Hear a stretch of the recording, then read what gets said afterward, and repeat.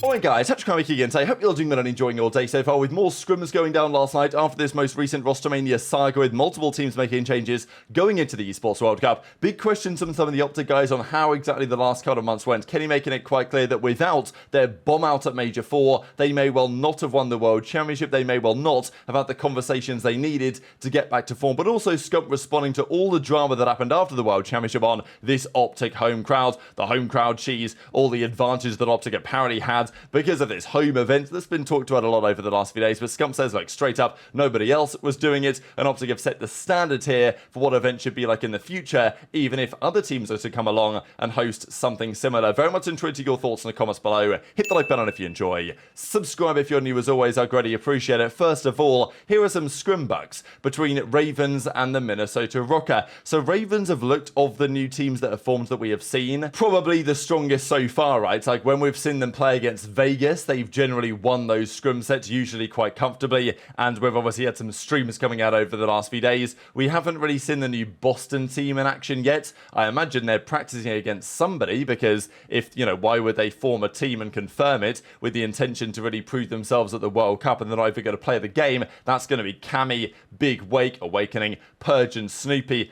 I don't really like that team so much. We don't really know how they're getting on in their practice and everything, but we do know how the Ravens are getting on. And after this sub base that was 250 to 161, it was 3-1 to the Ravens. So these are just, I'll go through a couple of scoreboards here just because like it's scrims. I feel like I'm back to the start of the season again. We've got scrims getting leaked. I mean, usually this only happens in like November, December, but not leaked. I mean, they're literally streaming it, but you know what I mean. People don't mind streaming it because Champs is over, and the World Cup in future years will probably become, and is, look, it's an important event, obviously. It's not on the same level as the World Championship now. Over coming years, it probably will become a you know, second place basically to the World Championship in terms of importance. Right now, it's probably not too far away anyway. Maybe it is already there. But let's say you're any team in the league. Would you rather win, let's say, Major 3, like OpTic won in Toronto, or would you rather win the Esports World Cup? Well, I guess many would say the World Cup because there's more money on the line. So even though one is like a major, probably the best major of the year that we had every year mostly, apart from of course Champs, which was a step above just that, and we'll discuss in a second, or would you rather, you know, win the World Cup? That's a question that will be answered, I'm sure, over the coming years. But as a result, the teams aren't, you know, dissatisfied with turning the streams on a little bit, and we can see here that Linz does, okay, accuracy's 11 and 24 here, not ideal, does get some hill time though. Linz in this scrim set, just going through some of the scoreboards, does seem to be back to some sort of form with Ezreal, which actually I think makes a lot of sense. Like, I never liked the Linz Stanley thing. I don't really know why they did it, because it just seemed so obvious to me that it wasn't going to work, and to a large swathe of the community as well. Because Linz was great at the start of the year, let's not forget, with Vivid, and sure, he did regress a bit before they got rid of Vivid. Like, that's got to be said. It's not like Linz was the absolute giga fryer and then they dropped Vivid and then he was all of a sudden terrible. Like, it's not how it worked. Linz had a bit of a regression before that, but my feeling is that Ezreal should be a better SMG partner to Linz. They should be able to make it work better and get the most out of what Linz definitely showed as a big promising part of his play at the start of the season. So anyway, Ravens win this map though, and then there was a couple more that came out. This, for example, was the Vista. Rocker won this one on the Vista, and we see, you know, Gwyn, Fellow, Tej, and Beans, of course, is the new team of 4 on the Ravens. But on this side, yeah, here's Linz, 36 in 27, Ezreal positive as well, DiamondCon 30 and 21, accuracy 25 and 26. So, you know, I think that's a pretty decent looking scoreboard there for the Minnesota Rocker. I think they'll be pretty happy about this idea if it's true that this Linz Ezreal duo is working better than it previously was. And it just did seem to be a more competitive scrim set. There was this as well, the 6-star that went down, which, again, the Ravens win this one. Really good map here from Fellow, 36 and 25. Close map though, 250, 229. Linz is here, again, in terms of score. Okay, it's 24 and 31, but in terms of score and time, he's topping the numbers for his team on this particular map. And even the fact that they got outslayed badly, this is potentially a bit of a concern for Ravens, or it's interesting anyway,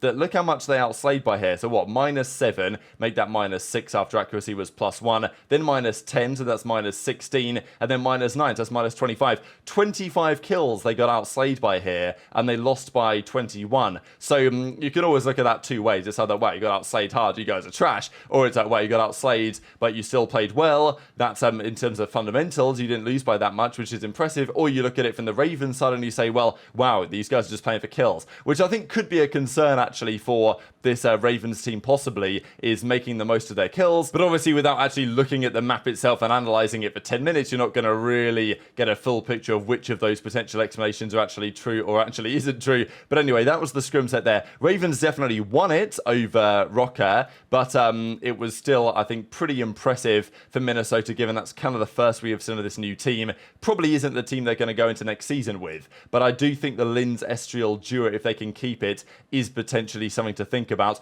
I just wanted to mention this. I don't know if I'm right or not, but I swear I looked at Lily's profile today and he's changed his profile picture. I don't know if he has or not. I might be completely tripping here, but he hasn't tweeted anything anyway. But I just wanted to quickly raise the question on Illy as to what's going to happen with him. We know what happened this season. We didn't know what the consequences were going to be. We don't really know what the consequences are going to be even today. But I hope that Illy can find a way back if he's all okay, as we hope that he is. I think multiple teams should definitely be interested. Before we get into the OpTic stuff, they wanted to quickly go through Ronnie's, Scum Intel's, basically top 25 players ever. And this is very hard to do. At 25, he put Dashy there. 24, he put Parasite. And look, I think it's very challenging to organise this. There's always going to be some sort of recency bias in play. Dashy has this season gone from being a 2-time winner to now a 4-time winner, including a world champion. But even then, you look back at Parasite's career, you look at, finals appearances, tournament wins at 8, and I think you can justify pretty much anything in this kind of level, but I think this is justifiable. Look, I don't want to go through and just roast his opinions here and roast his picks, because this is just so incredibly impossible to come up with a good list that everyone's going to agree with here. Envoy gets 23rd, which I think is probably also about right. I mean, 6 tournament wins, 43 events, 12 finals appearances, also a world champion. So, you compare Envoy to Dashy. That's a question people have done, right?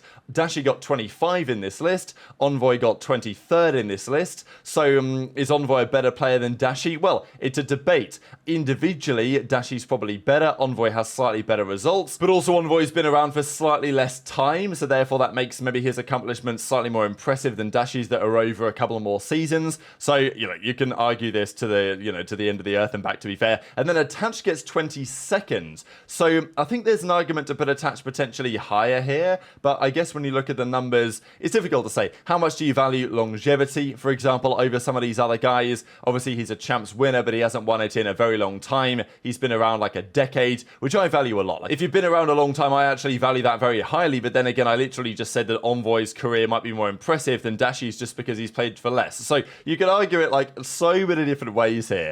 But yeah, Attach has 7 tournament wins, 20 seconds. All of the players in this category, you can go so either way, but I just thought it was interesting to see how his list is progressing as he's going to announce everything, I guess, over the coming days. But let me share a couple of clips here from the OpTic side, talking about various issues around the event. From Scump, especially on hosting the World Championship itself, because obviously Scump's going to be biased here because it was, their event. But nonetheless, I think Scump is pretty much on the money. He doesn't really dive into all the intricacies of, it was the OpTic home major and the competitive advantage or whatever you want to say might be the case as a result. More so, what mattered here for Scump was actually the quality of the event. Like the way that it was set up, the crowd, like, the way the crowd was set around the actual stage itself, the venue that we went to, and all these other things that were there at the World Championship, right? And that's kind of what Scump's looking at and saying, hey, this is what we want to try and replicate in future, even if it's not OpTic doing it. The OpTic guys set the standard in terms of production for what should be the case with the World Championship, and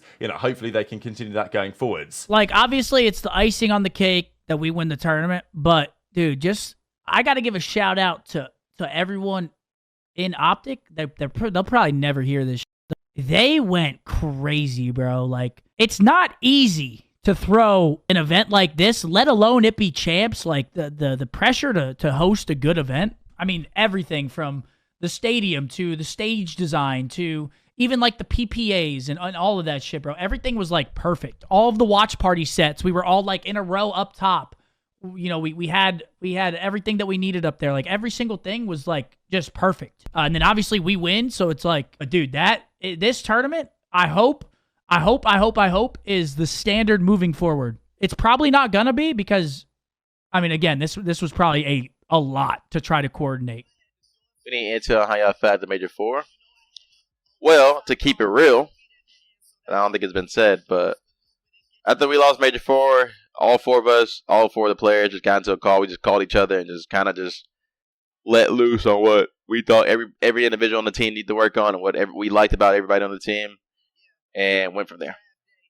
I think that helped a lot because I wouldn't say we had any like turmoil or like beef with each other. It's just like we all just thought to play the game a different way. And it's insane to say at the Major 3, but it's like at the Major 3, I just don't feel like we were doing what we were doing before. And so we just kind of had to get real with each other so that we can actually move forward and lock in. Who's the biggest surprise last 5 of champs? I mean, that just has to be FaZe, respectfully. Like, the FaZe players, like, you expect them to be top 3 or at least be playing on the Sunday a lot of the times. And when they're not, I feel like it's definitely a surprise.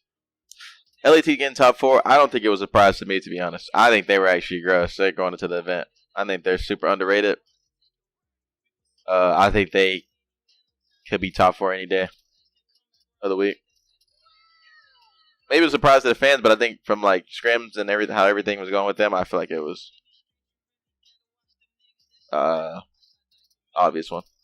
Interesting analysis, I thought, there from Kenny, right, discussing the state of OpTic before and after actually going to Major 4 and crashing out, because there was a big question, would OpTic have any chance making the comeback, right? And I thought going into this event, OpTic had just won Major 3, they just crashed out top 12, they were not playing good COD, obviously we had Subliners who just won the previous event, Toronto still looked decent, FaZe are always going to be FaZe, so there was a feeling for me that, okay, OpTic might come back here to top 3, but I felt like them getting past 3rd would be a challenge. The reality is I don't think that the other top teams played especially well, really, in Dallas. I think that FaZe didn't play well. Toronto played okay, but I don't think they played great. And then Subliners were good, but they kind of got bowled over a bit in the finals. Now, obviously, that was OpTic's. OpTic deserve credit for doing exactly that, but I don't think that the competition from elsewhere was that. OpTic just played the best on the weekends, but I don't really think the other teams will look back and say, okay, we played our best stuff this weekend, because I don't think they, to be honest, did. And my feeling was that going into that event, if OpTic were to bounce back from 1st to 12th, then back to 1st,